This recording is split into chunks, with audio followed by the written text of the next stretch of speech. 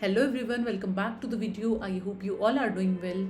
आज की वीडियो में हम फंडामेंटल्स ऑफ नर्सिंग का रैपिड रिवीजन करेंगे और देखेंगे कि कैसे सिनेरियो बेस्ड क्वेश्चन यहाँ से बन सकते हैं। फाइन। उसके बाद में हम जो भी क्वेश्चन करेंगे वी विल ट्राई कि उस टॉपिक को वहीं की वहीं ख़त्म कर दें और कैसे क्वेश्चन जो है वहाँ से बन सकते हैं ये भी हम साथ के साथ देखते चलेंगे। ठीक है, so let's start the video. Our first question is, a nurse performs a procedure without obtaining valid consent from a conscious patient. The patient later develops complications. What is the most appropriate legal charge? Okay, एक nurse ने क्या किया है, एक procedure perform कर दिया है, patient पे कंसेंट नहीं लिया है और प्रोसीजर जो है परफॉर्म कर दिया है और बाद में जो है पेशेंट को कुछ कॉम्प्लिकेशंस हो गई उस प्रोसीजर की वजह से, तो कौन सा चार्ज जो है नर्स पे लगेगा? तो first is negligence, second is assault, third is battery and fourth is malpractice. ठीक है, देखो, अगर कोई नर्स पेशेंट को टच करती है विदाउट कंसेंट तो this is known as battery. ये जो है बैटरी के अंदर आएगा। ठीक है, अब जल्दी से समझते हैं इसके अंदर क्या क्या आता है। पहला टर्म होता है tort, civil wrong. Civil wrong मतलब अगर आपने कोई हॉस्पिटल में गलती की है, ठीक है, जिसकी वजह से पेशेंट का डैमेज हो गया है या पेशेंट को हार्म हुआ है, और ये जो है इंटेंशनली भी हो सकता है, अनइंटेंशनली भी हो सकता है। ठीक है, तो this all comes under tort. ठीक है, टॉर्ट क्या है? एक सिविल रॉन्ग है जिसमें इंटेंशनली या अनइंटेंशनली आप जो है पेशेंट को हार्म कर देते हो। ओके, ये जो है दो टाइप का हो सकता है। First is intentional and second is unintentional. Okay, intentional में क्या आएगा? असॉल्ट आएगा, आपने पेशेंट को थ्रेटन किया है, ठीक है, या फिर बैटरी आएगा, पेशेंट को टच किया है, या फिर फॉल्स इम्प्रिजनमेंट, आपने पेशेंट को जो है बांध दिया है, ठीक है, या आप सिडेटिव्स दे के जो है पेशेंट को रिस्ट्रेन कर सकते हो, या फिर फिजिकल रिस्ट्रेन कर दिया है। ये सब जो है फॉल्स इम्प्रिजनमेंट में आएगा। ठीक है, एंड अनइंटेंशनल में दो आएंगे, माल प्रैक्टिस आएगा एंड नेग्लिजेंसी आएगा। ओके, अब माल प्रैक्टिस एंड नेग्लिजेंसी में डिफरेंस क्या है? ठीक है, नेग्लिजेंसी होगा अगर आपने प्रॉपर जो है स्टैंडर्ड ऑफ केयर जो है फॉलो नहीं किया है। ठीक है, बट माल प्रैक्टिस क्या है? थोड़ा सा मोर स्पेशलाइज्ड हो जाता है प्रोफेशनल्स के लिए। ठीक है, नेग्लिजेंसी किसी से भी हो सकती है, बट अगर कोई प्रोफेशनल्स हैं जैसे नर्सेज हैं, डॉक्टर्स हैं, वो कोई गलती कर रहे हैं तो वो जो है मोस्टली माल प्रैक्टिस के अंडर आएगा। ओके, तो माल प्रैक्टिस भी क्या है? टाइप ऑफ नेग्लिजेंसी ही है, बट ये जो है मोस्टली प्रोफेशनल्स के लिए वर्ड यूज होता है। ठीक है, बट नेग्लिजेंसी जो है कोई भी कर सकता है, एनीवन कैन डू नेग्लिजेंसी। ठीक है, सो all malpractice are negligencies but all negligencies are not malpractice. Fine. उसके बाद में इंटेंशनल हमने देख लिया, असॉल्ट आपको पता है, बैटरी पता है, फॉल्स इम्प्रिजनमेंट पता है, एंड इसके अलावा होता है डिफेमेशन। अगर आपने पेशेंट को डिफेम करने की कोशिश की है तो वो जो है इंटेंशनल टॉर्ट में आता है। डिफेमेशन हो सकता है स्लैंडर या फिर लाइबल। ठीक है, स्लेंडर मतलब अगर आपने ओरली जो है पेशेंट के बारे में कुछ बुरा बोला है तो, ठीक है, मतलब अगर आपने कोई फॉल्स इन्फॉर्मेशन पेशेंट को डिफेम करने के लिए फैलाई है तो that will come under slender. Okay, but अगर आपने कुछ पेशेंट के बारे में लिख दिया है, फॉल्स इन्फॉर्मेशन लिख दी है, तो that will comes under liable. ठीक है, याद कैसे रखोगे? L फॉर लिखना and L for liable. Okay, अगर लिखा तो वो लाइबल के अंडर आएगा और अगर बोला तो वो स्लेंडर के अंडर आएगा। फाइन। तो अब यहाँ पे क्वेश्चन कैसे पूछे जाएंगे और क्वेश्चन क्या आ सकते हैं नेग्लिजेंसी पे या माल प्रैक्टिस पे? इधर पहला क्वेश्चन बन सकता है कि आपने जो है पेशेंट का साइड रेल जो है अप नहीं किया है, ठीक है, उठाया नहीं है, इसकी वजह से पेशेंट जो है फॉल हो गया है, गिर गया है, तो ये आएगा नेग्लिजेंसी के अंडर। ओके, दूसरा क्वेश्चन यहाँ पे बन सकता है कि अगर जो है पेशेंट को आपने 5 यूनिट्स इंसुलिन देना था बट गलती से जो है आपने 10 यूनिट्स दे दिया है, तो this will come under mall practice. ठीक है, ध्यान रखना है ये माल प्रैक्टिस के अंडर आएगा। 5 यूनिट जो है इंसुलिन देना था उसकी जगह 10 यूनिट्स अगर आपने दे दिया है तो this will come under mall practice. तीसरा क्वेश्चन बन सकता है कि आपने जो है पेशेंट को इंजेक्शन दे दिया है विदाउट टेकिंग कंसेंट, ये आएगा बैटरी के अंडर। आपने पेशेंट को टच किया है, ठीक है, तो ये है इंटेंशनल टॉर्ट और ये आएगा बैटरी के अंडर। चौथा क्वेश्चन बन सकता है कि अगर आपने पेशेंट को थ्रेटन किया है कोई भी ट्रीटमेंट देने से पहले या किसी भी चीज़ को लेके आपने डराने की कोशिश की है पेशेंट को, तो that will come under assault. Next question हो सकता है अगर एक नर्स जो है विदाउट गिविंग ओवर दूसरी नर्स जो है दूसरा जो रिलीवर है नर्स का, वो आया नहीं है, उसको उसने हैंडओवर नहीं दिया है और वो ड्यूटी से निकल गई है, ठीक है, विदाउट गिविंग हैंडओवर। ये क्या होगा? ये है नेग्लिजेंसी। नेक्स्ट क्वेश्चन बन सकता है कि अगर नर्स जो है वुंड की ड्रेसिंग कर रही है और वो अनस्टेराइल प्रैक्टिस फॉलो कर रही है, ठीक है, स्टेरिलिटी मेंटेन नहीं कर रही है, तो ये क्या है? तो दिस इज माल प्रैक्टिस। एक क्वेश्चन और बनता है यहाँ से, कॉन्ट्रीब्यूटरी नेग्लिजेंसी, ये क्या होती है? कॉन्ट्रीब्यूटरी नेग्लिजेंसी होती है जिसमें पेशेंट भी इन्वॉल्व है। फॉर एग्जांपल, आपने जो है पेशेंट को बोला ये वाली डाइटरी जो है प्रैक्टिसेस फॉलो करनी है। फॉर एग्जांपल, आपने बोला है अभी पेशेंट जो है सर्जरी हुई है, लिक्विड डाइट पे है, ठीक है, तो आपने समझाया कि अभी क्लियर लिक्विड डाइट देंगे, फिर धीरे धीरे सॉलिड फूड इंट्रोड्यूस करेंगे। ओके, आपने समझाया उसे क्लियर फूड लेना है, बट स्टिल जो है आपके पीछे से उसने खाना खा लिया, ओके, आपके बताने के बावजूद, तो ये आएगा कॉन्ट्रीब्यूटरी नेग्लिजेंसी में, ठीक है, जिसमें पेशेंट भी साथ में इन्वॉल्व है। इसके बाद में एक टर्म होती है रेस इप्सा लोक्यूटर। ये क्या है? ये होता है कि अगर आपने कोई इंस्ट्रूमेंट पेशेंट के अंदर छोड़ दिया, फॉर एग्जांपल सर्जरी हो रही थी, ठीक है, आपने कोई आर्टरी फोर्सेप्स जो है अंदर ही छोड़ दिया पेशेंट के, ठीक है, तो that will come under res ipsa loquitur. इसमें क्या है, आपका जो माल प्रैक्टिस आपने की है उसका सबूत, उसका प्रूफ जो है पेशेंट के अंदर है और वही उस चीज़ की गवाही दे रहा है, ठीक है। तो अगर आपने कोई आर्टरी फोर्सेप पेशेंट के अंदर छोड़ दी है, ठीक है, सीटी स्कैन करवाएंगे, कुछ अल्ट्रासाउंड कर लिया, उससे हमें पता चल जाएगा कि हाँ भाई ये तो आर्टरी फोर्सेप अंदर छोड़ रखी है, तो इसको हम बोलेंगे रेस इप्सा लोक्यूटर, ठीक है। इसके लिए हमें किसी दूसरे पर्सन की गवाही की जरूरत नहीं है कि कोई अटेंडेंट आके बोलेगा कि इसने ये गलती कर दी है, नर्स ने ऐसा कुछ कर दिया है, किसी चीज़ की जरूरत नहीं है। इंस्ट्रूमेंट दिख रहा है हमें सीटी स्कैन में, इंस्ट्रूमेंट खुद ही जो है एक प्रूफ की तरह यूज होगा and it is known as res ipsa loquitur. So this is all about torts, intentional and unintentional torts. Next question, a nurse administers the wrong drug but follows all protocols and checks. The error occurred due to mislabeled pharmacy supply. Who is primary liable? ठीक है, एक nurse ने जो है गलती से एक nurse ने क्या किया है, रॉन्ग ड्रग दे दिया है पेशेंट को, बट उसने प्रोटोकॉल सारे फॉलो किए थे, ठीक है, right medication, right patient, right type, सब कुछ उसने फॉलो किया है, बट फिर भी जो है रॉन्ग ड्रग दे दी गई है। क्यों दे दी गई है? क्योंकि फार्मासिस्ट ने जो है लेबल गलत कर दी थी। ओके, तो इसमें जो है हु इज प्राइमरी लाइबल, कौन रिस्पॉन्सिबल होगा इस गलती के? Obviously pharmacist will be responsible, क्योंकि उसने मिसलेबल कर दिया है। नर्स ने अपने पार्ट पे सारी सही चीज की है, उसने सारे प्रोटोकॉल फॉलो किए हैं, सारे चेक्स फॉलो किए हैं, बट फार्मासिस्ट जो है यहाँ पे मिस्टेक में है। Okay, so answer is C. Next question is, a patient refuses blood transfusion due to religious beliefs. The nurse respects the decision despite risk of death. Which ethical principle is primarily upheld? Yes, एक patient है जिसको blood transfusion चाहिए, ठीक, और अगर उसको ये transfusion नहीं हुआ तो there is risk for death की, वो जो है उसकी डेथ भी हो सकती है। बट पेशेंट क्या बोल रहा है कि उसका कुछ रिलीजियस बिलीव्स है, ठीक है, कुछ रिलीजन्स में जो है ब्लड ट्रांसफ्यूजन अलाउ नहीं होता। ओके, तो वो जो है मना कर रहा है कि भाई मुझे ब्लड मत चढ़ाओ, बेशक से मैं मर जाऊँ। ओके, तो आप जो है उसकी बात मान रहे हो, ठीक है, तो ये कौन सा प्रिंसिपल आप फॉलो कर रहे हो? दिस इज ऑटोनॉमी, मतलब आप पेशेंट को ऑटोनॉमी दे रहे हो अपने डिसीजंस लेने की, ठीक है, तो दिस इज ऑटोनॉमी। बट अगर पेशेंट जो है आपका मेंटली इल है या अनकॉन्शियस है, तो ये जो ऑटोनॉमी जो है पेशेंट के अटेंडेंट के पास चली जाएगी, ठीक है, फिर आपको पेशेंट से नहीं पूछना, फिर जो है अटेंडेंट की बात सुनी जाएगी। ओके, अब यहाँ पे हमें दो टर्म्स न्यू दिख रही हैं, first is beneficence and second is non maleficence. Beneficence होता है डूइंग गुड, ठीक है, पेशेंट के लिए अच्छा करना। नॉन मेलिफिसेंस होता है अवॉइड हार्म, ठीक है। बेनिफिसेंस में क्या है? डूइंग गुड, मतलब पेशेंट के लिए जो भी बेटर होगा हम वो करेंगे। जैसे कि अगर पेशेंट को पेन हो रहा है तो हमने पेन किलर दे दी, तो दिस कम्स अंडर बेनिफिसेंस, कि उसकी भलाई के लिए हमने कुछ किया है।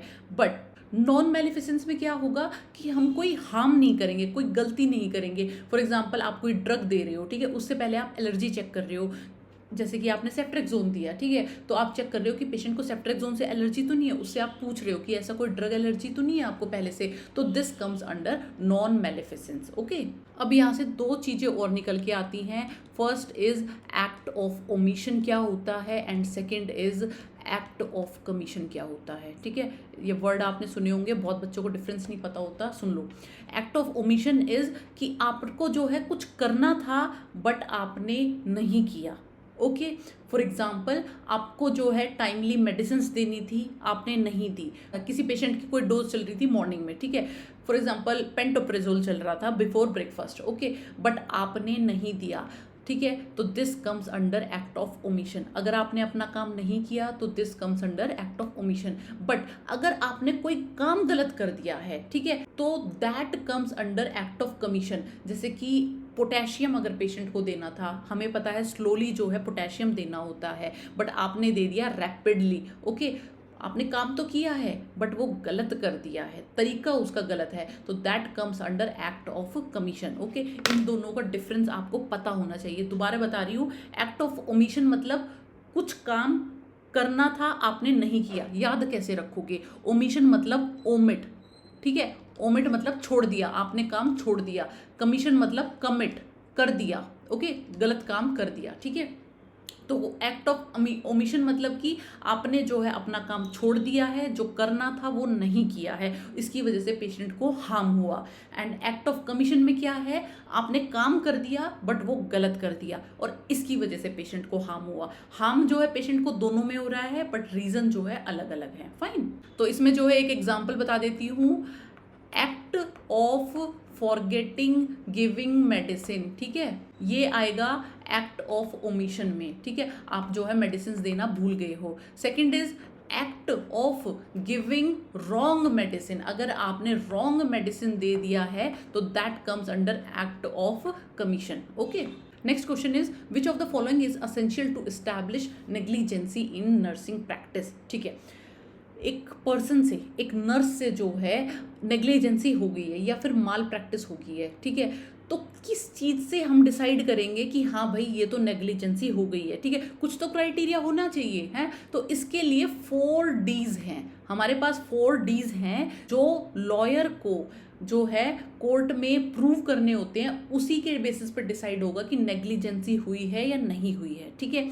पहला डी क्या होगा यहाँ पे, फर्स्ट डी इज ड्यूटी, मतलब कि जो वो काम था वो नर्स की ड्यूटी थी भी या नहीं थी। Okay, second D is dereliction. Dereliction क्या होता है, ब्रीच ऑफ ड्यूटी, मतलब वो आपकी ड्यूटी थी बट आपने जो है बिलो स्टैंडर्ड जो है केयर दी है, ठीक है। जैसे कि आपको एग्जांपल देती हूँ, को जो है बोला गया है एवरी 15 मिनट्स में आपको बीपी चेक करना है, ठीक है, बट आपने वो नहीं किया, आपने क्या किया, एवरी 1 आवर किया, हर घंटे में एक बार किया, तो दिस कम्स अंडर डेरिलिक्शन, मतलब breach of duty. Third is direct cause, मतलब जो गलती की है उसकी वजह से जो है पेशेंट को हार्म हुआ है। फॉर एग्जांपल आपने कोई गलत मेडिसिन दे दिया, ठीक है, बट पेशेंट की डेथ हो गई है हार्ट अटैक की वजह से, तो you are not the direct cause. For example, एक एग्जांपल देती हूँ मैं आपको, आपने जो है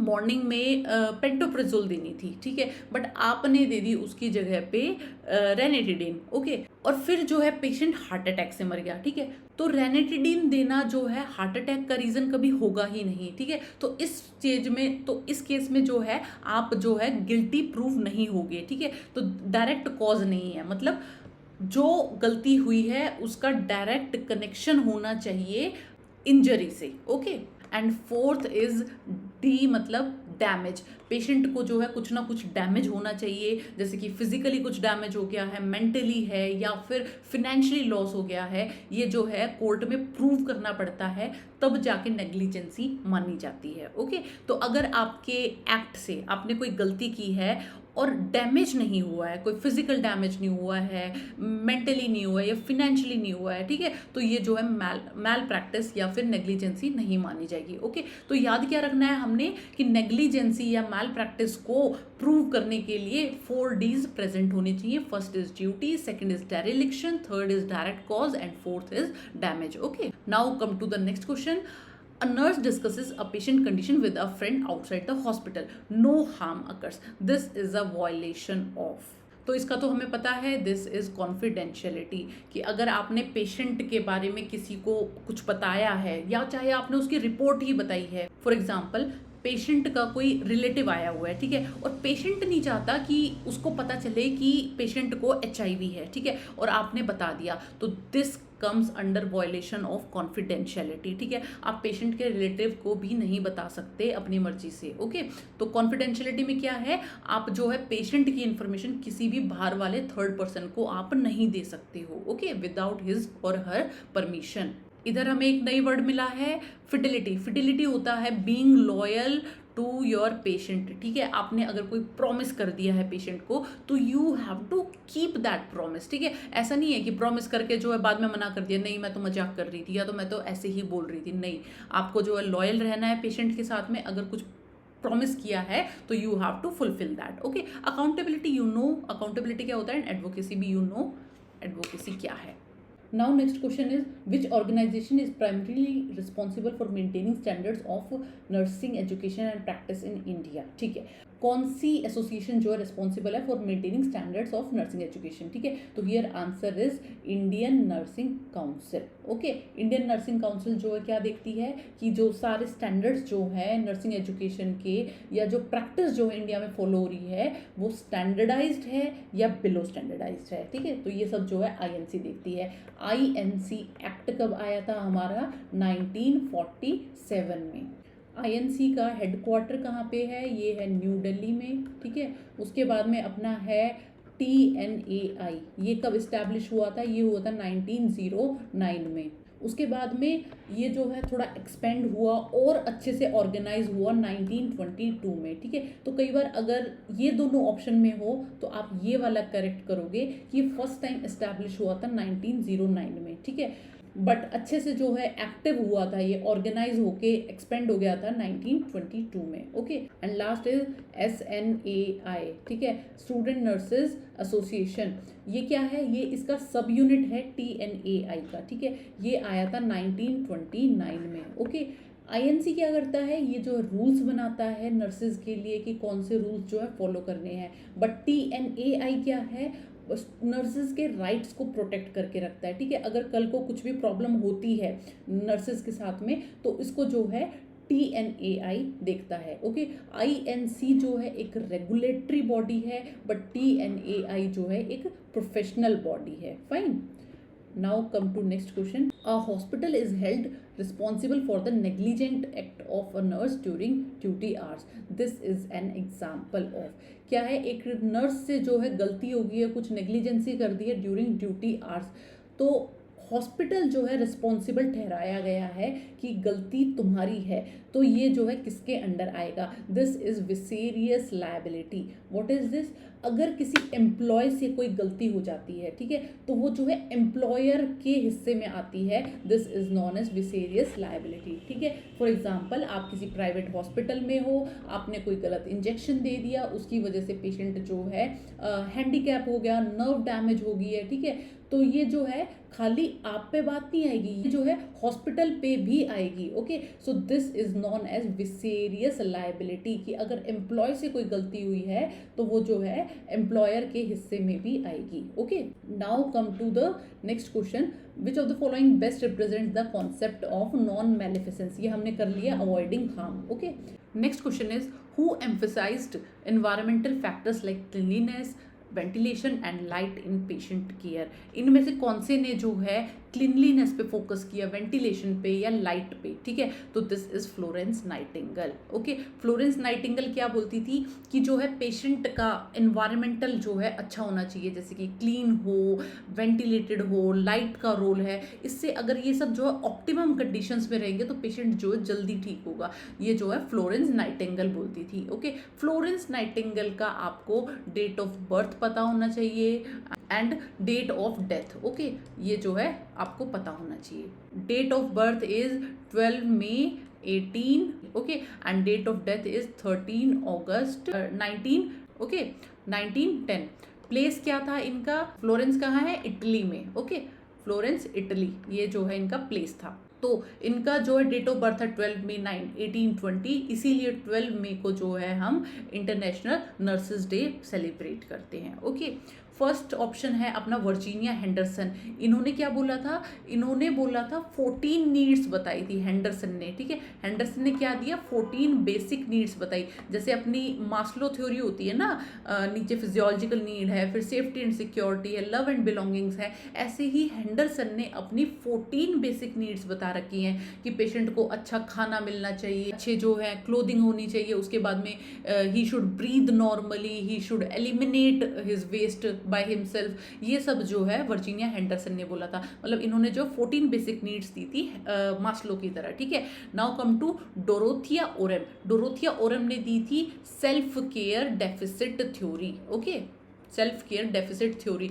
यहाँ से क्वेश्चन पूछा जा सकता है, पूछा कम जाता है बट स्टिल पता नहीं होता यार कब क्या पूछ लें, तो ये आपको पता होना चाहिए। सेल्फ केयर डेफिसिट थ्योरी जो है डोरोथिया ओरेम ने दी थी। Okay, and next is Hildegard Peplau. इसने क्या दिया था, interpersonal relationship between patient and nurse का रिलेशनशिप जो है उसमें क्या क्या फेजेस आते हैं हमने पढ़ा है। पहले जो प्री इंटरेक्शन फेज होता है, फिर ओरिएंटेशन होता है, उसके बाद में वर्किंग फेज रहता है, देन जो है टर्मिनेशन फेज आता है। ये जो है हिल्डगैर्ड पेप्लू ने दिया था। Okay, now come to next question, which statement best reflects Virginia Henderson definition of nursing। ठीक है, तो here option is B, assisting individuals to gain independency। Okay, तो इधर हमें एक और चीज पता होना चाहिए, फ्लोरेंस नाइटिंगेल को किस किस नाम से बोला जाता है। First is lady with lamp. ठीक है, लेडी विद लैम्प के नाम से जानते हैं, या हम बोलते हैं पायोनियर ऑफ मॉडर्न नर्सिंग, या फिर फाउंडर ऑफ मॉडर्न नर्सिंग। ठीक है, उसके बाद में हमारी नर्सिंग में सिंबल कौन सा यूज होता है, तो लेडी विद लैम्प जो है हम सिंबल यूज करते हैं। Okay, now next question, an adult patient has temperature fluctuations between normal and high but never returns fully to normal baseline, this pattern is. एक पेशेंट को जो है फीवर आ रहा है, और फीवर कैसा है, एक बार नीचे आ रहा है नॉर्मल है, और दोबारा जो है फिर हाई पे जा रहा है, बट बेस लाइन पे नहीं आ रहा है। मतलब कि एक बार बहुत ज़्यादा हाई चला जाएगा, फिर जो थोड़ा सा नीचे आ जाएगा, फिर दोबारा हाई, फिर थोड़ा नीचे, फिर थोड़ा हाई, बट बेस लाइन पे नहीं आ रहा है। ठीक है, तो this is remittent fever. Okay, तो रेमिटेंट फीवर क्या है, एक बार जो है हाई पे जाएगा, एक बार थोड़ा सा लो आ जाएगा, but never becomes normal. Normal नहीं आएगा कभी भी। ठीक है, एग्जाम्पल इसके क्या होते हैं, इन्फेक्टिव एंडोकार्डाइटिस। ठीक है, इसमें देखा जाता है, प्लस ये देखा जाएगा लेट टाइफॉइड में, टाइफॉइड की लेटर स्टेजेस में जो है हमें रेमिटेंट फीवर देखने को मिलेगा। और कौन सा फीवर इसमें दिया गया है, इंटरमिटेंट फीवर। इंटरमिटेंट फीवर क्या होता है, एक बार जो है बहुत हाई जाएगा, फिर जो है नॉर्मल आ जाएगा। ठीक है, हाई जाएगा, फिर जो है नॉर्मल आ जाएगा, फिर दोबारा हाई जाएगा, और फिर जो है नॉर्मल आ जाएगा। ये मिलता है मलेरिया में एंड जैसे काला आजार में। ठीक है, काला आजार एंड मलेरिया में जो है ये देखने को मिलेगा। Third is continuous fever. Continuous fever क्या होता है, फीवर जो है मतलब हमेशा टेम्परेचर जो है हमेशा हायर एंड पे मिलेगा, ज़्यादा ही मिलेगा, नॉर्मल आएगा ही नहीं। ठीक है, कॉन्टिन्यूस फीवर रहेगा, और ये मिलता है टाइफॉइड की अर्ली स्टेजेस में। ओके, अर्ली स्टेजेस में जो है टाइफॉइड में कॉन्टिन्यूस फीवर मिलता है, बट लेटर स्टेजेस में जो है रेमिटेंट फीवर मिलता है। Okay, and last is relapsing fever. Relapsing fever क्या होता है कि कुछ दिनों तक टेम्परेचर रहा, हाई टेम्परेचर था, फिर जो है एक ब्रीफ पीरियड रहेगा नॉर्मल का, मतलब 1 to 2 डे तक कोई फीवर नहीं होगा, फिर जो है दोबारा से हाई फीवर आ जाएगा। मतलब ये जो है रिलैप्स कर रहा है, दिस इज रिलैप्सिंग फीवर। ये जो है कुछ वायरल इन्फेक्शंस में मिलता है, बोरेलिया इन्फेक्शन में मिलता है। ठीक है, तो रिलैप्स मतलब दोबारा फीवर आना। बीच में जो है फीवर 1-2 दिन के लिए ठीक हो गया था, बट फिर क्या हुआ, दोबारा से फीवर आ गया, दिस इज रिलैप्सिंग फीवर। ठीक है, इनका हमें पता होना चाहिए व्हाट इज इंटरमिटेंट, रेमिटेंट क्या है, कॉन्टिन्यूअस क्या है। ठीक है, now come to next question, a fever that remains above normal throughout the day with minimal variation. क्या है ये, तो ये तो हमें पता चल गया, कॉन्टिन्यूस फीवर है, नॉर्मल अगर नहीं आ रहा है, कॉन्टिन्यूसली हाई फीवर है। ठीक है, मिनिमल वेरिएशन है लेस देन 1 डिग्री सेंटीग्रेड की, तो मतलब ये कॉन्टिन्यूअस फीवर है। ओके, अब यहाँ पे अगर फीवर की बात चल रही है तो हमें एक फॉर्मूला पता होना चाहिए, डिग्री फ़ारेनहाइट कैसे चेंज होगा डिग्री सेल्सियस से। ठीक है, डायरेक्ट क्वेश्चन यहाँ से नहीं आएगा कि डिग्री सेल्सियस को डिग्री फ़ारेनहाइट में चेंज कर दो, इतना हल्का क्वेश्चन नहीं आएगा। बट क्वेश्चन क्या है, कुछ इस तरह से घुमा दिया जाएगा, कोई सिनेरियो बेस्ड क्वेश्चन आ जाएगा। ठीक है, और हम जो है पता नहीं लगा पाते कि इसको फीवर है या नहीं है। फॉर एग्जाम्पल हमने जो है फीवर लर्न किया हुआ है फ़ारेनहाइट में, ठीक है, बट क्वेश्चन में दे दिया है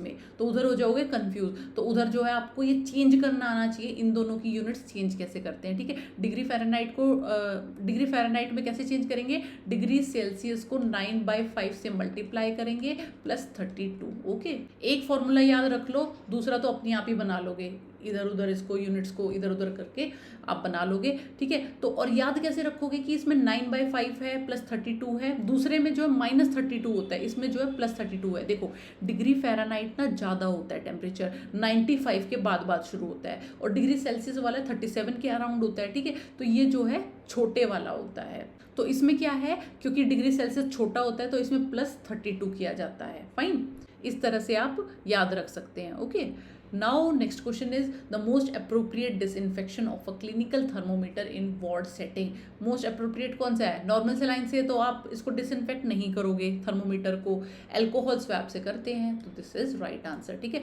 लाइजोल सॉल्यूशन जो है बहुत हार्ड होता है, फ्लोर्स वगैरह के लिए यूज होता है, तो लाइजोल को हम कभी भी थर्मोमीटर के लिए यूज नहीं करते हैं। And fourth is distil water is plain water. ठीक है, फिजिकली थोड़ा कुछ क्लीन करना है, उधर हम डिस्टिल वाटर यूज कर लेते हैं। Fine, now next question is a water hammer pulse is best described as. Water hammer pulse कौन सी होती है। ओके, पल्स का क्वेश्चन आया है तो हमें क्या पता होना चाहिए, नॉर्मल पल्स चिल्ड्रन में कितनी है, इन्फेंट में कितनी है, अडल्ट में कितनी है, ये आपको पता होना चाहिए। उसके बाद में कैरोटिड पल्स कहाँ होती है, ब्रेकियल कहाँ है, ब्रेकियल का क्या यूज़ है, इन्फेंट्स में चेक करते हैं जब CPR देना होगा। ठीक है, पॉप्लीटियल आर्टरी कहाँ पे, ये सब हमें पता होना चाहिए। और एक जो है बहुत फेवरेट क्वेश्चन है नॉर्सेट का, डोर्सैलिस पेडिस आर्टरी कहाँ होती है एंड पोस्टीरियर टीबियल आर्टरी कहाँ होती है, ये आपको डिफरेंस इनका पता होना चाहिए। ठीक है, देखो डोर्सैलिस पेडिस मतलब कि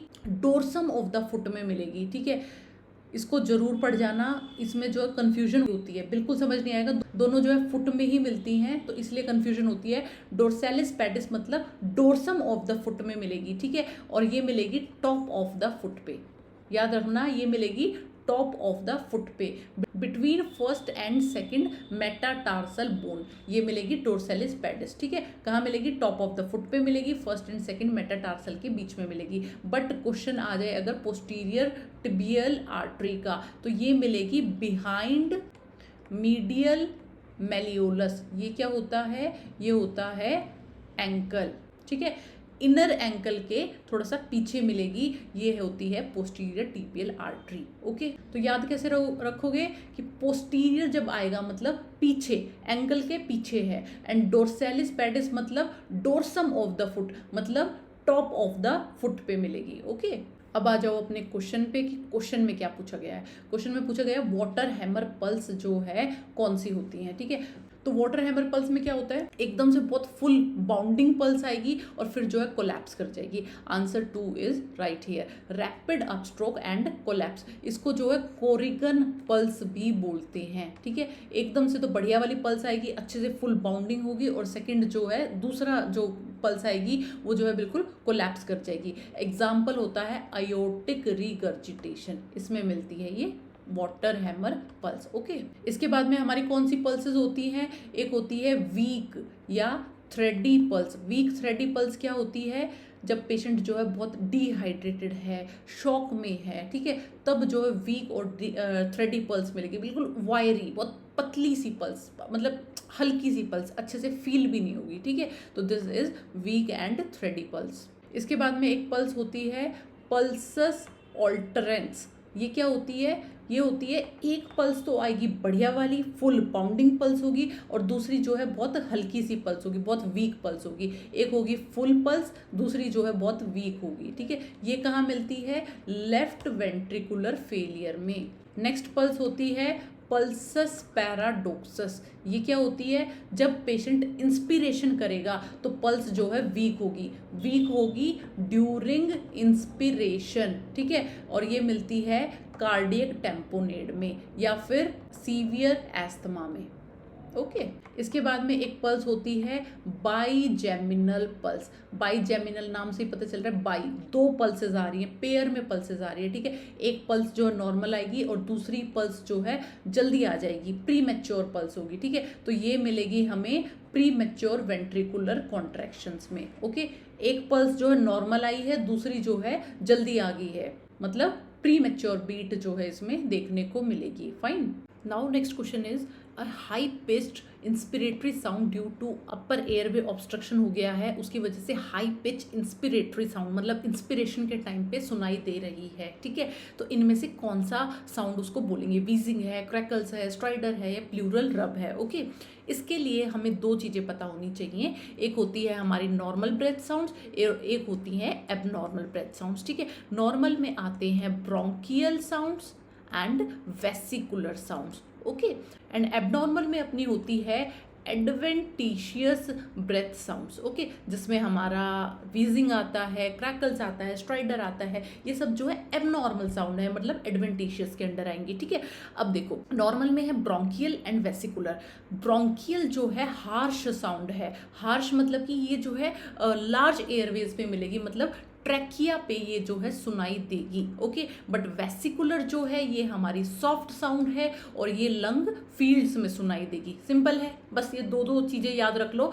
ब्रोंकियल जो है हार्श साउंड है, ट्रैकिया पे मिलेगी। वेसिकुलर जो है सॉफ्ट साउंड है और लंग फील्ड्स पे मिलेगी। Okay now come to adventitious breath sounds. ये जो है इंपॉर्टेंट है, यहाँ से क्वेश्चन बनता है कि वीजिंग क्या होती है, क्रैकल्स क्या होते हैं, ठीक है। तो ये अब हम देखेंगे।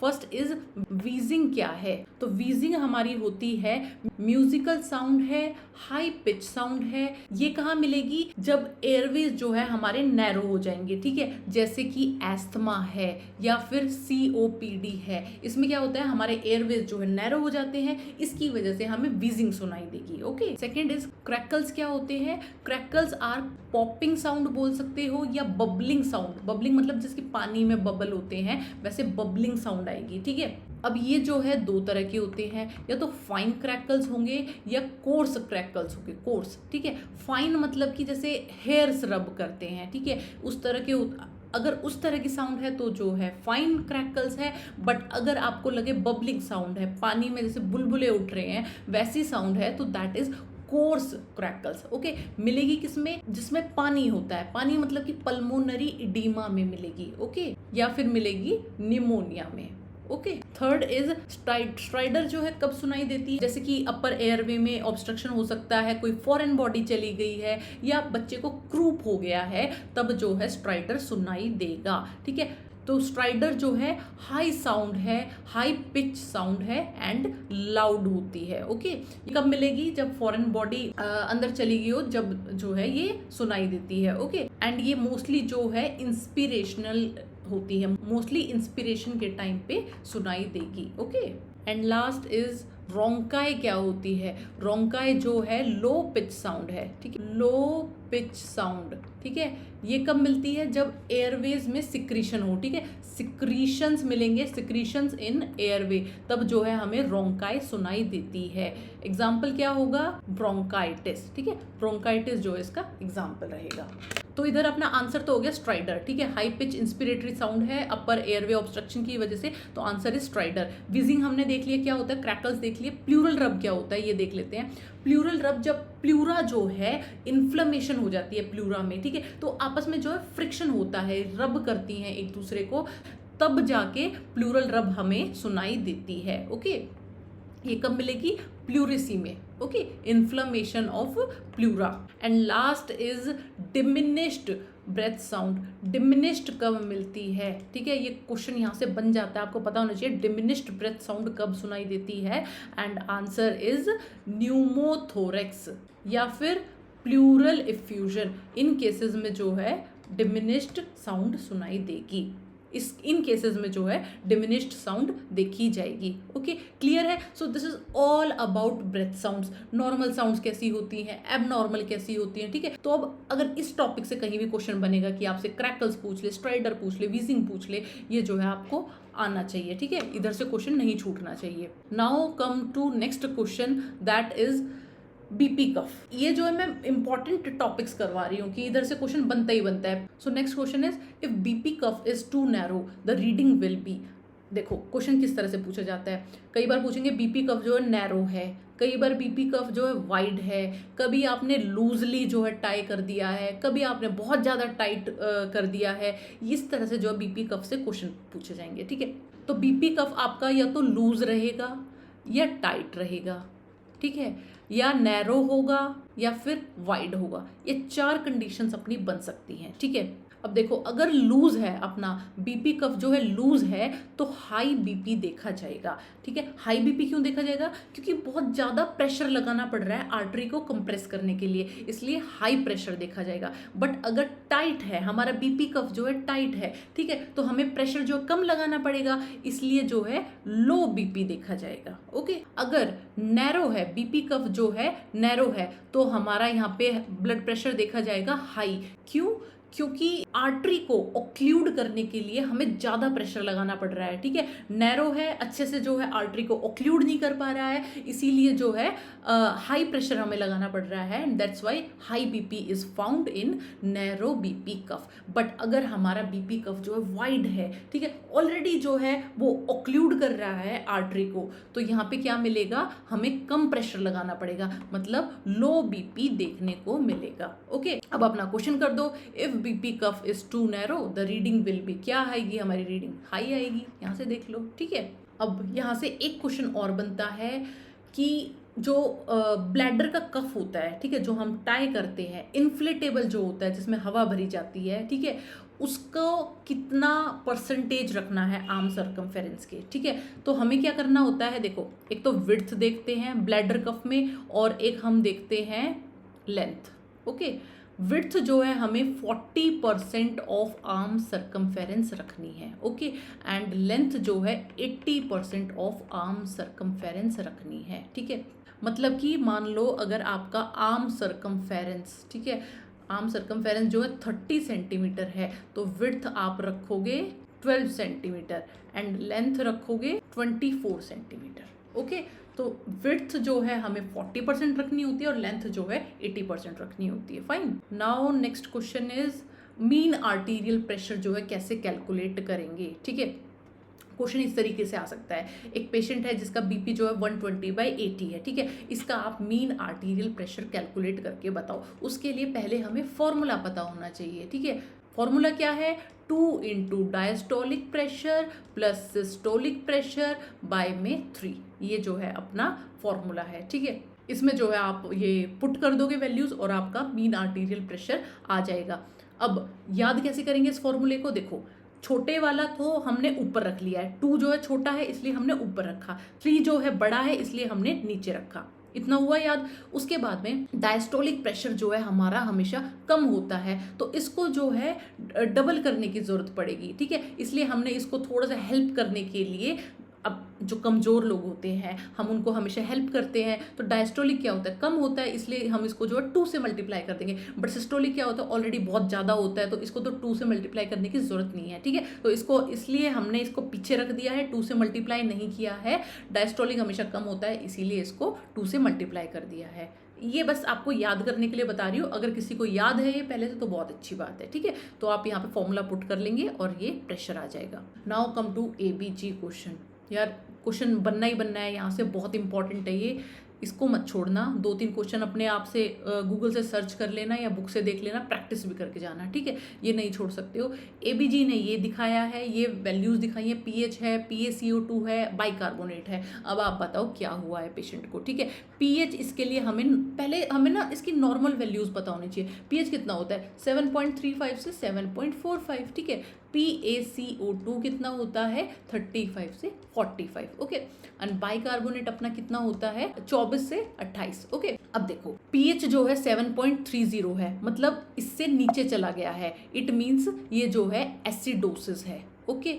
अगर हमारी वैल्यू 7.35 से नीचे जाएगी तो एसिडोसिस आएगा इस साइड, ठीक है, और अगर 7.45 से ऊपर जाएगी तो एल्कोलोसिस आएगा। ओके, तो क्योंकि हमारी वैल्यू 7.35 से कम है, 7.30 है, तो मतलब पेशेंट को एसिडोसिस है। इतना तो हमें आ गया समझ। ओके, अब हमें पता लगाना है ये मेटाबॉलिक है या रेस्पिरेटरी है। ओके, तो अब हमने देखी पहली वैल्यू PaCO2 है 50, मतलब भाई ये तो जो है ऊपर वाली रेंज में चला गया है, बढ़ा हुआ मिला है, ठीक है। तो अगर PaCO2 बढ़ा हुआ मिला है तो इट मीन्स रेस्पिरेटरी कोई प्रॉब्लम है, ठीक है। और बाइकार्बोनेट अगर डी रेंज मिलेगा तो मेटाबॉलिक प्रॉब्लम है। तो इधर हमने देखा बाइकार्बोनेट तो अपना नॉर्मल है 24 है, ठीक है, बट कार्बन डाइऑक्साइड जो है हमारा इंक्रीज है, इसका मतलब रेस्पिरेटरी एसिडोसिस है। ओके, ये अपना आंसर हो गया। अब एक और क्वेश्चन देख लेते हैं। एबीजी की वैल्यूज दी हुई है 7.48, बाइकार्बोनेट दिया हुआ है, PaCO2 दिया गया है, बताओ क्या हुआ है। देखो पीएच जो है 7.45 से ऊपर है, इधर से हमें पता चल गया पेशेंट को तो हो गया है भाई एल्कोलोसिस, ठीक है। अब ये एल्कोलोसिस कौन सा है, रेस्पिरेटरी है या मेटाबॉलिक है। रेस्पिरेटरी की वैल्यू तो अपनी ठीक है, 35 से 45 के बीच में है, ठीक है ये।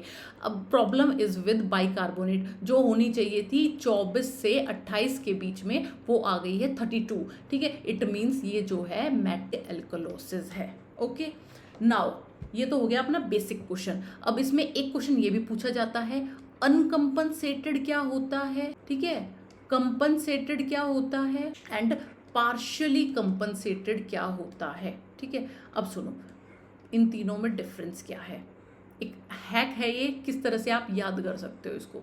देखो अनकम्पनसेटेड मतलब सारा मैटर रिवॉल्व कर रहा है पीएच के अराउंड, ठीक है। हम पीएच के रेफरेंस में चीज़ों को समझेंगे। अगर पीएच है एबनॉर्मल तो मतलब अनकम्पनसेटेड है। पीएच जो है ये पीएच है, PaCO2 है एंड ये है बाइकार्बोनेट, ठीक है। अगर पीएच जो है ठीक है, तो हमेशा जो है अनकम्पनसेटेड मिलेगा, ठीक है।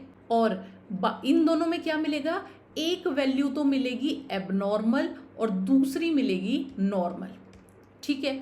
दूसरी चीज अगर कंपनसेटेड है मतलब कंपनसेट हो गया है तो मतलब पीएच मिलेगा नॉर्मल, ओके। बट अपनी PaCO2 की वैल्यू एंड बाइकार्बोनेट की वैल्यू जो है एबनॉर्मल मिलेगी। क्यों, क्योंकि इन दोनों ने मिलके कोशिश की है, ये दोनों बेचारी जो है दोनों एबनॉर्मल हो गई हैं, तब जाके हमारा पीएच जो है नॉर्मल हो पाया है, ठीक है। तो इसमें कंपनसेटेड में क्या है, पीएच जो है नॉर्मल हो गया, बट ये दोनों जो है एबनॉर्मल हो गई है इसको नॉर्मल करने के चक्कर में, ठीक है। अब पार्शियली कंपनसेटेड क्या है, पीएच जो है एबनॉर्मल मिलेगी और ये दोनों भी PaCO2 एंड बाइकार्बोनेट भी एबनॉर्मल मिलेंगे, ठीक है। मतलब थोड़ा थोड़ा नॉर्मल है ये सब, अपने अपनी रेंज के पास है, पर पूरा नॉर्मल जो है कुछ भी नहीं है, इसीलिए इसको पार्शियली कंपनसेटेड बोलते हैं, ठीक है। तो ये जो है आप लर्न कर लेना। बाकी क्वेश्चन जितना प्रैक्टिस करोगे तो ये दिमाग में बैठ जाती हैं चीज़ें, बट अभी एग्जाम में कम टाइम है तो इसको छोटा सा हैक है, इसको याद कर लेना। अनकम्पनसेटेड मतलब कि अपनी पीएच जो है एबनॉर्मल है, ओके। कंपनसेटेड मतलब अपनी पीएच नॉर्मल आ गई है, पार्शियली कंपनसेटेड में कुछ भी नॉर्मल नहीं है, okay. Now come to next question. Before radial artery cannulation, a nurse performs Allen's test. Okay. After releasing pressure on the ulnar artery, the hand remains pale for more than 10 seconds. What is the most appropriate intervention? ठीक है, एक patient में जो है Allen test किया गया, ABG करना था, उससे पहले जो है हम एलन टेस्ट करते हैं, ठीक है। तो जो है जब अल्नर आर्टरी को प्रेशर हटाया गया तो हैंड जो है पेल था मोर देन 10 सेकेंड्स के लिए, ठीक है। तो इसका क्या इंटरप्रिटेशन होगा, ठीक है। देखो जब भी हम आर्टीरियल ब्लड गैस चेक करते हैं, एबीजी सैंपल लेते हैं, तो उससे पहले हम एलन टेस्ट करते हैं to check the patency of ulnar artery. यहाँ से क्वेश्चन बनता है कि किस चीज़ की पेटेंसी चेक कर रहे हैं हम, रेडियल आर्टरी की या अल्नर आर्टरी की। तो here we are checking patency of ulnar artery, question number 1। अब देखो इसमें क्या करेंगे, दोनों आर्टरी को हम जो है कंप्रेस कर देंगे, उसके बाद में अल्नर आर्टरी से हाथ हटा लेंगे, ठीक है। अगर अल्नर आर्टरी से प्रेशर हटाने के बाद में हैंड जो है परफ्यूज हो गया, मतलब पिंक हो गया, इसका मतलब कि अल्नर आर्टरी अपनी ठीक है, और ये जो है विदिन 5 to 7 सेकेंड्स के अंदर हो जाना चाहिए, ठीक है।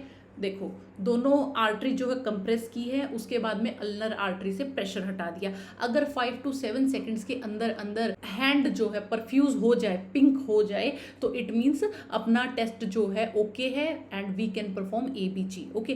बट अपने क्वेश्चन में क्या दिया गया है, मोर देन 10 सेकेंड्स तक हैंड जो है पेल है, तो इसका मतलब कि अल्नर आर्टरी ठीक नहीं है इसकी, ठीक है। तो इधर से हमें क्या इंटरप्रिटेशन पता चल गया, इनएडुकेट अल्नर आर्टरी फ्लो, ये अपना आंसर हो गया, ठीक है। तो इधर देखने की चीज़ ये थी कि 5 to 7 सेकेंड्स में जो है नॉर्मली हैंड जो है परफ्यूज हो जाना चाहिए था, ओके। इसका कॉम्प्लिकेशन क्या हो सकता है, अगर आपने एलन टेस्ट पे ध्यान नहीं दिया, ठीक है, तो क्या हो सकता है, हैंड इस्कीमिया हो सकता है, okay. So this is the complication of wrong Allen test, okay. Now come to next question, enema. Which of the following is the primary purpose of a retention enema, okay. देखो enema को अच्छे से पढ़ लेते हैं, दो तरह का होता है, एक तो होता है इवैक्यूएंट, एक होता है रिटेन्ड, ओके। रिटेन्ड होता है जो हमने हाफ एन आवर तक या 45 मिनट्स तक जो है अंदर रिटेन रख के अंदर जो है रिटेन रखेंगे, ओके। और इवैक्यूएंट क्या है, जो साथ के साथ जो है इवैक्यूएट कर देंगे, ओके। तो रिटेन्ड एनीमा में कौन सा आएगा, ऑयल एनीमा, ऑयल रिटेंशन इनीमा, ये जो है हमारा रिटेन्ड एनीमा में आता है। जब फीसेस जो हैं बहुत ज़्यादा हार्ड हो जाते हैं, ठीक है, तो उस केसेस में हमें जो है ऑयल रिटेंशन एनीमा देना होता है, ताकि जो है फीसेस जो है सॉफ्ट हो जाए, ठीक है। तो उसके लिए कुछ देर तो हमें अंदर एनीमा रखना पड़ेगा, तभी तो वो अपना असर दिखाएगा, इसीलिए this is retained enema, okay. Second is medication वाले एनीमा, ओके। मेडिकेशन वाले जो है रिटेन रखे जाते हैं, okay, and after some time ये मेडिसिन जो है अंदर एब्जॉर्ब हो जाएगी, okay. So here answer is retention enema. क्यों दिया जाता है, प्राइमरी पर्पस क्या है रिटेंशन एनीमा का, सो here answer is soften faecal mass and allow absorption, ये अपना राइट आंसर हो जाएगा, ठीक है। अगर इमीडिएट बावल इवैक्यूएशन करना है तो आप इवैक्यूएंट एनीमा दोगे, ओके। अगर कॉन्स्टिपेशन रिलीव करना है तो आप रिटेंशन एनीमा दोगे, बट रिटेंशन एनीमा का प्राइमरी पर्पस जो है कॉन्स्टिपेशन रिलीव करना नहीं है, okay. And last is diagnostic imaging, मतलब अगर आपको कोई डायग्नोसिस करना है उससे पहले जो है हम बेरियम अनीमा देते हैं, ओके। अब यहाँ से क्या क्या क्वेश्चन पूछे जा सकते हैं, एनीमा के टाइप्स पूछ लेते हैं, परगेटिव एनीमा क्या होता है, या फिर आपका एंटी हेलमिंथिक एनीमा क्या होता है, या फिर सिडेटिव क्या है, स्टिमुलेंट क्या है, ये सब क्वेश्चन यहाँ से बन सकते हैं। और साइज पूछा जा सकता है, साइज ऑफ रेक्टल ट्यूब, ठीक है। अब आप एनीमा दोगे तो रेक्टल ट्यूब तो डालोगे उससे पहले, तो रेक्टल ट्यूब का क्या साइज रहेगा, ओके। अगर अपना पेशेंट अडल्ट है तो साइज रहेगा 20 से 30 फ्रेंच, सॉरी 22 से 30 फ्रेंच, ओके। एंड अगर चिल्ड्रन है तो रहेगा 14 से 18 फ्रेंच, और अगर इन्फेंट है तो ये हम रखेंगे 12 फ्रेंच। उसके बाद में क्वेश्चन पूछा जाता है कितना रेक्टल ट्यूब जो है हम इंसर्ट करेंगे, ठीक है, इंसर्ट कितना करेंगे। अगर पेशेंट है अडल्ट तो हम डालेंगे 3 to 4 इंच, अगर पेशेंट है चिल्ड्रन तो हम डालेंगे 2 to 3 inch, and if patient is infant तो डालेंगे 1 to 1.5 इंच, ओके। उसके बाद में क्वेश्चन आ जाता है इवैक्यूएंट एनीमा में हम कितना वॉल्यूम दे सकते हैं, रिटेन्ड में कितना दे सकते हैं, ठीक है।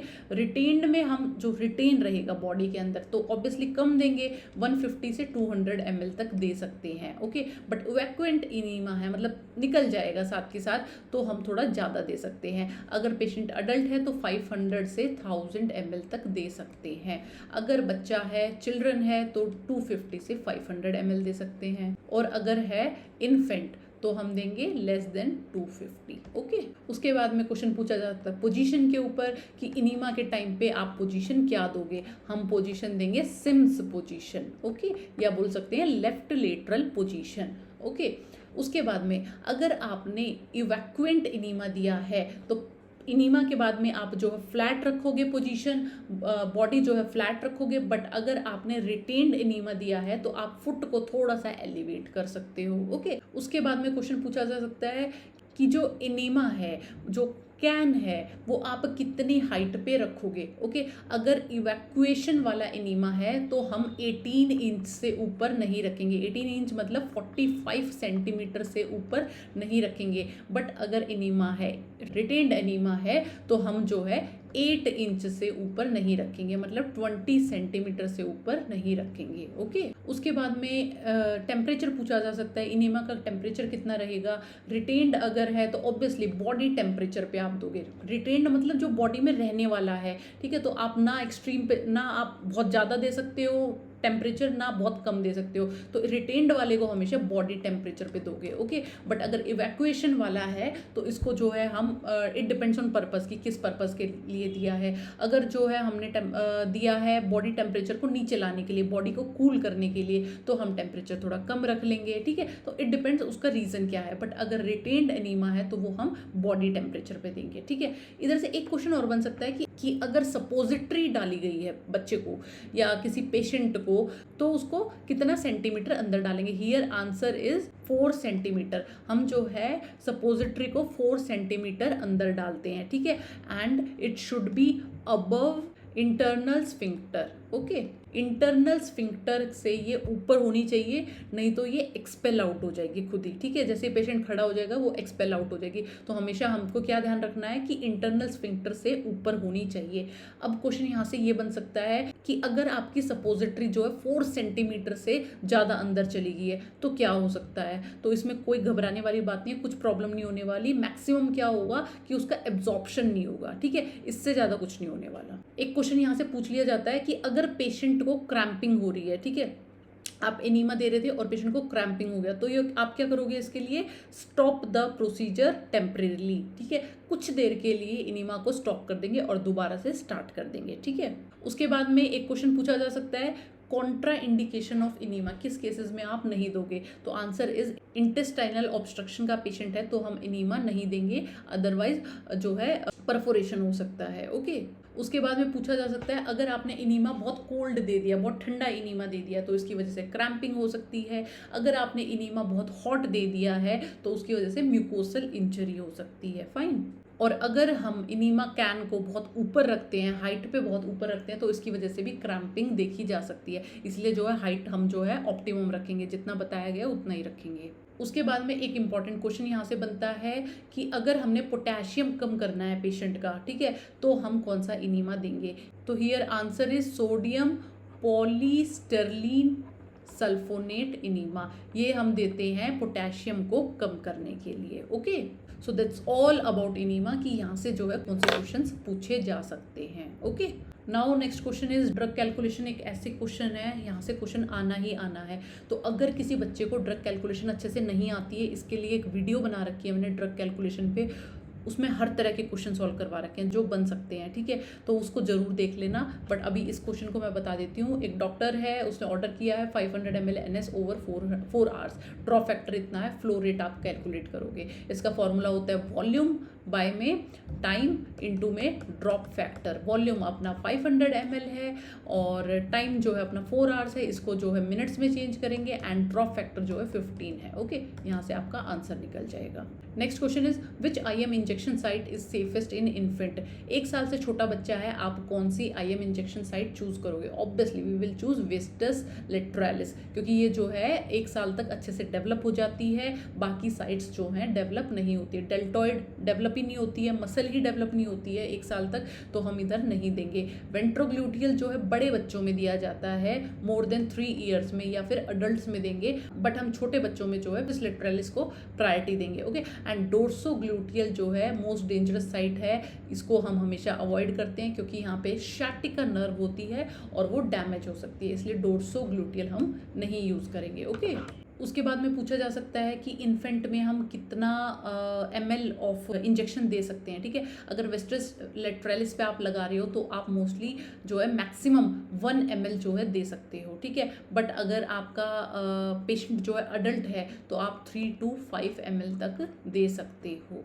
ओके, उसके बाद में पूछा जा सकता है questions related to ID injection, intradermal है, सबक्यूटेनियस है, IM है, ये सब पूछा जा सकता है। ठीक है, तो इसके बारे में भी पता होना चाहिए। फर्स्ट इज आईडी इंजेक्शन मतलब इंट्राडर्मल, ये इसमें जो है हम 0.1 ml वॉल्यूम देते हैं। ये कब करते हैं हम, एलर्जी, अगर हमें किसी एलर्जी टेस्ट करनी है या मॉन्टॉक्स टेस्ट करना है, उसमें हम जो है आईडी देते हैं। आईडी लगाने के बाद में एक जो है व्हील ब्लेब जो है फॉर्म होता है। ठीक है, एक जो है उभार सा बन जाता है, व्हील बन जाता है अराउंड द इंजेक्शन। ठीक है, ये बनना अच्छी बात है। अगर ये बन रहा है तो आपने इंजेक्शन सही लगाया है, एंड अगर ये नहीं बन रहा है इट मीन्स आपने इंजेक्शन गलत लगाया है। ओके, कितने डिग्री पे लगाएंगे इसे, 5 to 15 डिग्री एंगल पे लगाएंगे। उसके बाद में 26 से 27 गेज की नीडल यूज़ करेंगे एंड इनर फोर आर्म पे इसे लगाया जाता है, इनर फोर आर्म पे लगाया जाएगा। ओके, नेक्स्ट इज सबक्यूटेनियस कैसे लगता है, ये लगेगा 45 डिग्री पे, ठीक है, 45 डिग्री पे लगता है, 30 से 45 बोल सकते हैं इसे, ठीक है। और अगर अपना पेशेंट जो है ओबीज है तो हम जो है इसको 90 डिग्री पे लगा देंगे, ठीक है। जैसे अपना हिपैरिन है या इंसुलिन है, ये सब जो है सबक्यूटेनियस लगते हैं। ओके, इसके लिए हमें नीडल चाहिए होती है 25 से 26 गेज। इसमें आप दोगे 0.5 से 1 ml तक इंजेक्शन आप दे सकते हो। इसको कहाँ लगाते हैं हम, एब्डोमेन पे लगा सकते हैं, अपर आर्म पे लगा सकते हैं, थाई पे लगा सकते हैं, ठीक है। ये सब जो है हम साइड्स चूज कर सकते हैं। अगर आप इंसुलिन लगा रहे हो तो आपको साइड्स जो है रोटेट करनी होती है। ओके, उसके बाद में क्वेश्चन पूछ लिया जाता है कि अगर आपको इंसुलिन साइड्स रोटेट करनी है, ठीक है, तो आप कितना डिस्टेंस रखोगे दो साइड्स के बीच में। तो there should be a difference between 1 inch का जो है डिफरेंस होना चाहिए, ताकि लिपोडिस्ट्रॉफी ना हो, मतलब कि फैट की थिकनिंग ना हो। और इससे जो है अगर हम साइड्स रोटेट करते हैं तो इंसुलिन का एब्जॉर्प्शन भी अच्छा होता है। फाइन, एंड भी हम जो है सबक्यूटेनियस लगाते हैं। हिपैरिन के बाद में हमें कभी भी रब नहीं करना होता है। Okay, next is IM injection कैसे लगता है। आईएम हमें पता है वेंट्रोग्लूटियल पे लगाते हैं, डेल्टॉइड पे लगाते हैं। डोर्सोग्लूटियल एक्चुअली हम जो है थोड़ा अवॉइड करते हैं क्योंकि शाइटिका नर्व की वजह से, अदरवाइज हम डेल्टॉइड लगा सकते हैं, वेंट्रोग्लूटियल लगा सकते हैं, वेस्ट्रोलेटरलिस लगा सकते हैं आईएम, ठीक है। एंगल क्या रहेगा इसका, 90 डिग्री रहेगा। अगर बच्चा है तो 1 ml दे सकते हैं, और अगर बड़ा है अडल्ट पेशेंट है तो 3 to 5 ml दे सकते हैं। ओके, नीडल का साइज रहेगा 21 से 23 गेज। जैसे जैसे नीडल का साइज छोटा होता जा रहा है, मतलब नीचे की तरफ आ रहा है, वैसे उसका जो डायमीटर है वो बढ़ रहा है, ठीक है।